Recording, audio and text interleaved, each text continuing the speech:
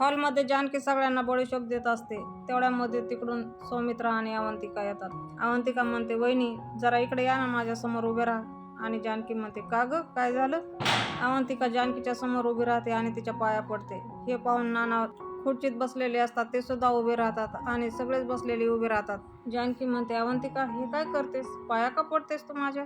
त्यावर अवंतिका म्हणते, वहिनी थँक्यू बोलून फक्त फॉर्मॅलिटी नव्हती करायची मला. अवंतिका जानकीचे हात हातात घेते आणि म्हणते, वहिनी तुम्ही नेहमी असंच माझ्या आणि सौमित्राच्या पाठीशी उभे राहा प्लीज.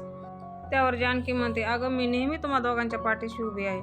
जानकी पुढे म्हणते, अगं पण काय झालंय ते तरी सांग, तुझ्या डोळ्यात पाणी काय ते तरी सांग. त्यावर अवंतिका म्हणते, वहिनी तुम्ही माझ्या सौमित्राचा जीव वाचवलाय, माझं सौभाग्य वाचवलंय. हे ऐकून आई, नाना आणि सारंग यांना धक्का बसतो. सुमित्रा आई जानकीला विचारते, काय ग, काय म्हणते हे अवंतिका? आणि अवंतिका सांगायला जाणार तो जानकी अवंतिकाला थांबवते आणि म्हणते, नको सांगू. म्हणजे जानकी असा अवंतिकाला इशारा करून सांगत असते आणि जानकी आईला म्हणते, नाही नाही आई काय नाही. त्यावर सुमित्रा आई म्हणते, अगं काय नाही कसं? आताच ही म्हणली ना, नाही मला काय ते कळालंच पाहिजे.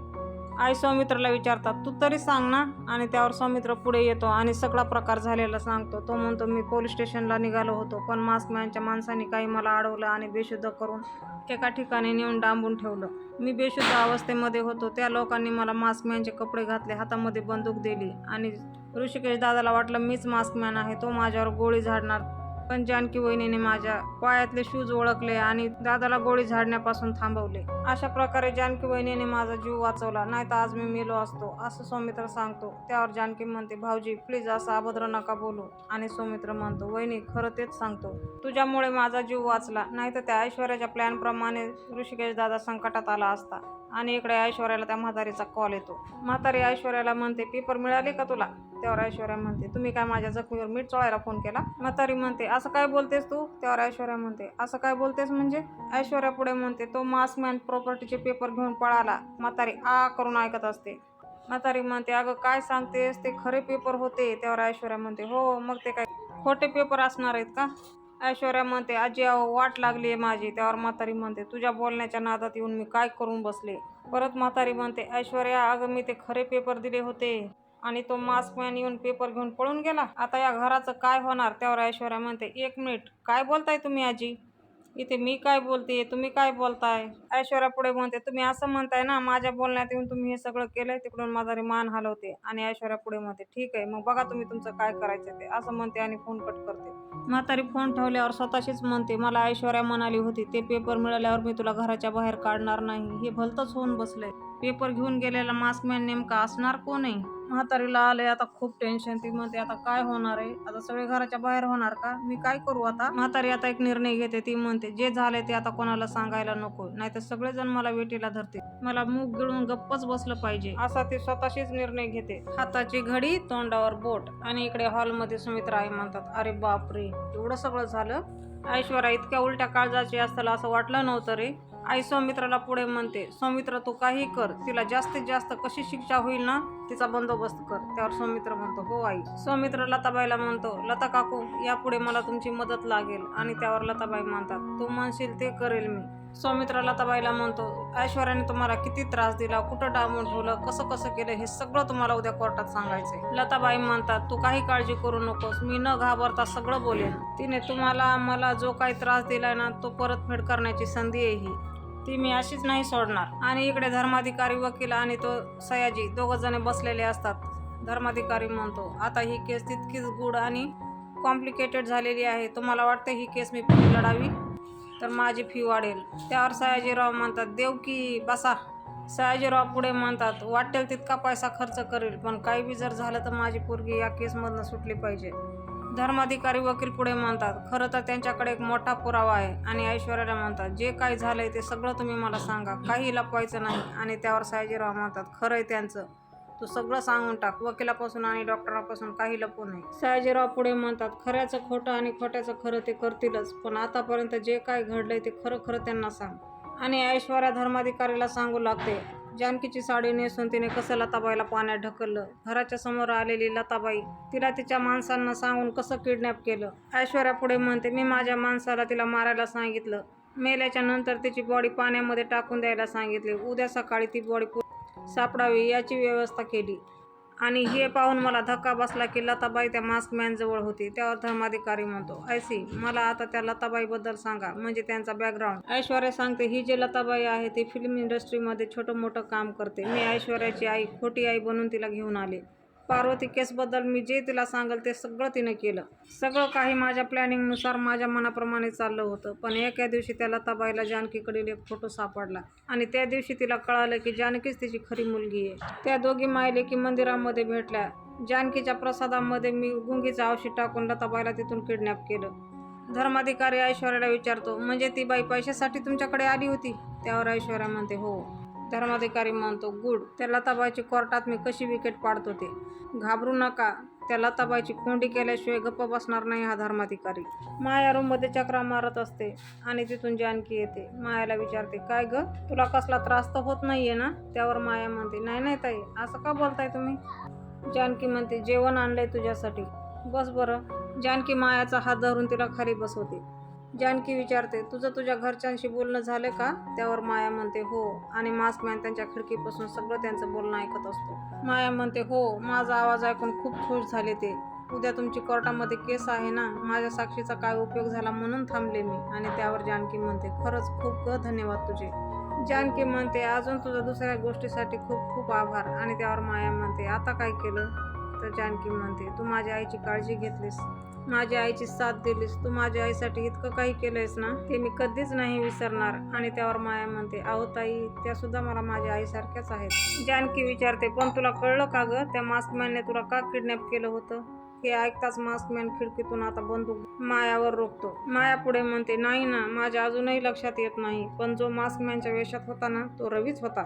माया स्वतःशीच म्हणते, मास्कमॅन कोणीतरी भलताच आहे आणि तू अजूनही जिवंतच आहे. माया आणखी पुढे म्हणते, तो जो काही त्रास देत होता ना, तो तुमच्या आईला नाही, तो तुम्हाला त्रास व्हावा म्हणून करत होता. हे ऐकून जानकीला धक्का बसतो आणि ती उभी राहून म्हणते, काय, मला? त्यावर माया म्हणते, हो. एकदा काकूने तुमचं वर्णन केलं होतं आणि मी हुबेहूब तुमचं स्केच काढलं होतं. तेव्हा ते स्केच मास्कमॅनने घेऊन काढून फेकून दिलं. माया पुढे म्हणते, तो ज्या पद्धतीने बोलत होता ना, त्यावरून असं लक्षात आलं की तो मास्कमॅन तुम्हाला खूप आधीपासून ओळखतो. जानकी मायाला विचारते, हे तू काय बोलतेस? आणि त्यावर माया म्हणते, हो ताई, त्याचा तुमच्यावर राग आहे, त्याला तुम्हाला त्रास द्यायचा आहे. जानकी हळूहळू खिडकीकडे फिरते आणि म्हणते, त्याचा माझ्यावर का राग असेल, का त्याला मला त्रास द्यायचा आहे, असं म्हणते आणि खिडकीकडे पाहते. तो तिथे मास्कमॅन दिसतो. हे पाहून जानकी जोरात ओरडते, ए कोण आहे रे तिथे? आणि जानकी रूमच्या बाहेर पळायला लागते. जानकी पळत अंगणामध्ये येते. जानकीच्या मागे माया आणि मायाच्या मागे ऋषिकेश. माया ऋषिकेश दोघेही विचारतात, काय झालं, काय झालं, तू का पळत आलीस? जानकी ऋषिकेशला म्हणते, आपल्या खिडकीतनं एक माणूस पाळत ठेवत होता, त्याने असा कोट घातला होता, तो मास्कमॅन तर नसेल ना? माया म्हणते, मास्कमॅन म्हणजे तो आपल्यावर नजर ठेवून असणार, म्हणजे त्याची टांगती तलवार अजूनही डोक्यावर आहे. त्यावर जानकी म्हणते, नाही नाही, तू काळजी करू नकोस, असं काही होणार नाही. त्यावर माया म्हणते, खरंच असं नाही ना काही होणार, मला त्याची खूप भीती वाटते. ऋषिकेश आता मायाची समजूत काढत म्हणतो, नाही नाही, हा तिला झालेला भास असू शकतो, तो मास्कमॅन कशावरून? जानकी म्हणते, नाही ऋषिकेश, मला भास झालेला नाहीये, मी खरंच पाहिलं त्याला. ऋषिकेश मायाला आश्वासन देतो, म्हणतो, तुम्ही काही काळजी करू नका, तुम्ही या घरामध्ये सेफ आहात, तुम्हाला काही होणार नाही. ऋषिकेश मायाला आत पाठवतो आणि जानकीला म्हणतो, काय ग जानकी, किती घाबरली ती, तू तिच्यासमोर कशाला असं बोलतेस? ऋषिकेश म्हणतो, अगं ती त्याच्या कैदेतून राहून आलेली आहे, किती घाबरली आहे बघतेस ना, आणि बघ इथे कोणी आहे का, तो मास्कमॅन नाहीये इथे, पळून गेला असेल. आणि त्यावर जानकी म्हणते, नाही ऋषिकेश, तो पळून गेला नाही. जानकी ऋषिकेशला सांगते, माया मला सांगत होती, तो बोलताना बऱ्याचदा तिचं नाव घ्यायचा, त्याचा माझ्यावर राग आहे, पण मी काय केलंय, त्याचा का राग असेल माझ्यावर? ऋषिकेश पुढे म्हणतो, काही झालं तरी त्या ऐश्वर्याला आणि मास्कमॅनला सोडायचं नाहीये आपण. आणि इकडे ऐश्वर्या कुठेतरी बाहेर जात असते. तोच मास्कमॅनची एक व्हॅन येते आणि ऐश्वर्याच्या गाडीसमोर आडवी होते. ऐश्वर्या गाडीतून खाली उतरते आणि म्हणते, बघून चालवता येत नाही का रे गाडी, काय मूर्खपणा आहे हा? आणि समोर मास्कमॅन असतो. ऐश्वर्या मास्कमॅनला पाहून कॉन्फिडन्सली म्हणते, अच्छा, तू इथे काय करतोयस आणि कुठे आहेत प्रॉपर्टीचे पेपर? त्यावर मास्कमॅन म्हणतो, प्रॉपर्टीचे पेपर माझ्याकडे असणे अपेक्षित होते, तुला मी सांगितलं होतं, त्यामुळे ते माझ्याकडेच असायला हवेत ना ऐश्वर्या?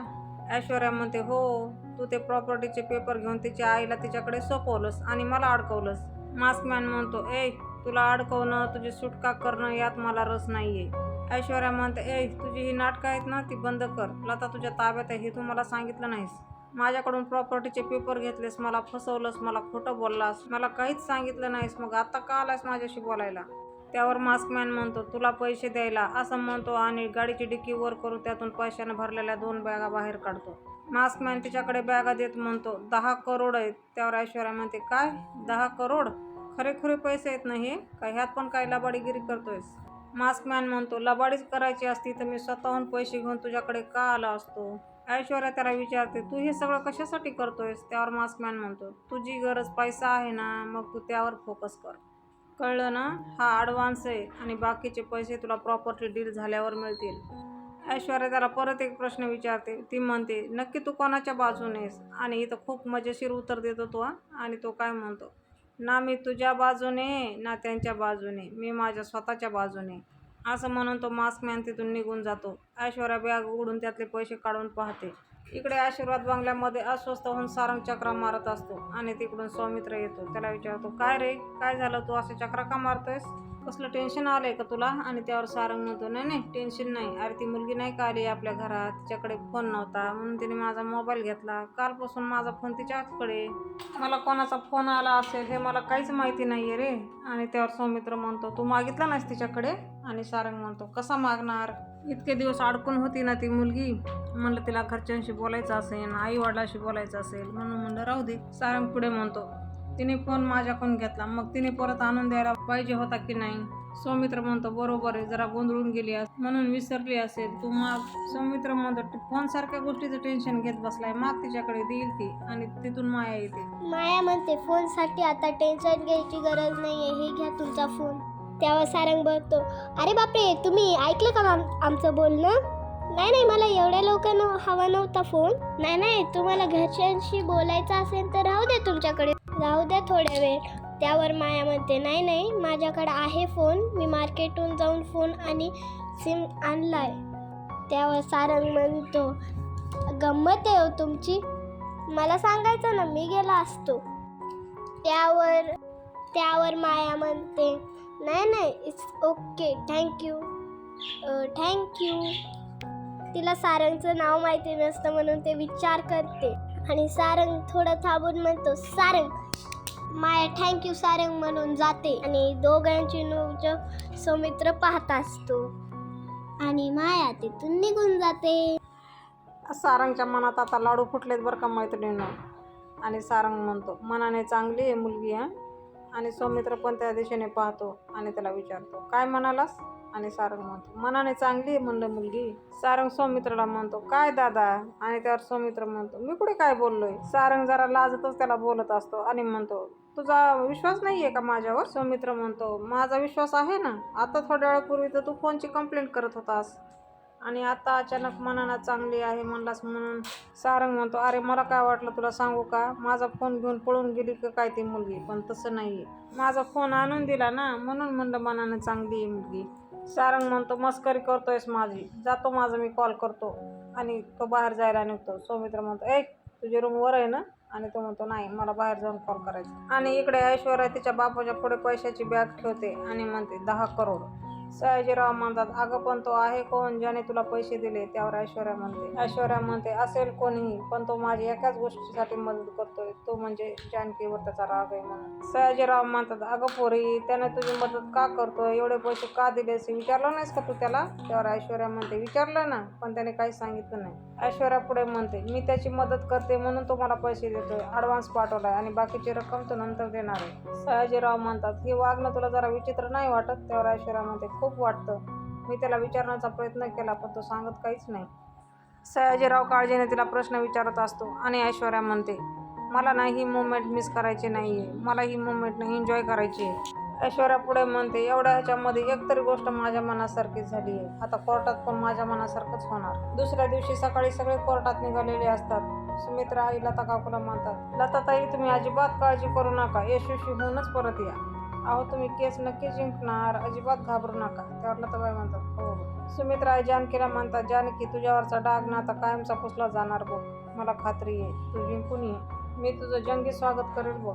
त्यावर जानकी म्हणते, तुमचा आशीर्वाद पाठीशी आहे ना, मी नक्कीच जिंकेल, असं म्हणते आणि सुमित्रा आईच्या पाया पडते. सुमित्रा आई तिला दही साखर देतात आणि म्हणतात, जिंकूनच ये.